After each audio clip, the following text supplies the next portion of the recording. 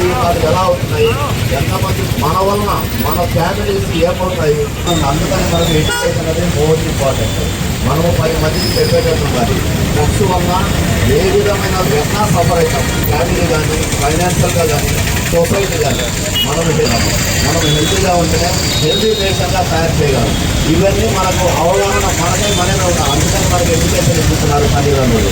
ఒకసారి మనం దానికి అడిక్ట్ కాకుండా అన్ని దానికి ఇంట్లో మన ఫ్యామిలీ విషయాలు, మనం ఏంటి, మనం ఎందుకు వచ్చాము, మనం ఎలా ఉండాలి అనేది మనలో మనం నోటీస్ ఎవరన్నా డ్రగ్స్కి అలవాటు పడుతున్నా, డ్రగ్స్కి ఎక్కడి నుంచి వస్తున్నాయని చెప్పినా మీరు ఇమీడియట్గా మాకు చెప్పొచ్చు. 112కి కాల్ చేయొచ్చు, మా ఎస్పీ గారికి చెప్పొచ్చు.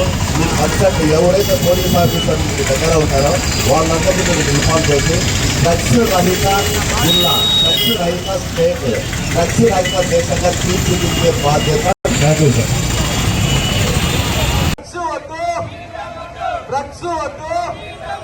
డ్రగ్స్ వద్దు, కాపాడుకుందాం జీవితాలు మాదక ద్రవ్యాల బారి నుంచి. వెలివేద్దాం మాదక ద్రవ్యాలను జీవితాల బారి నుంచి. వెలివేద్దాం మాదక ద్రవ్యాలను.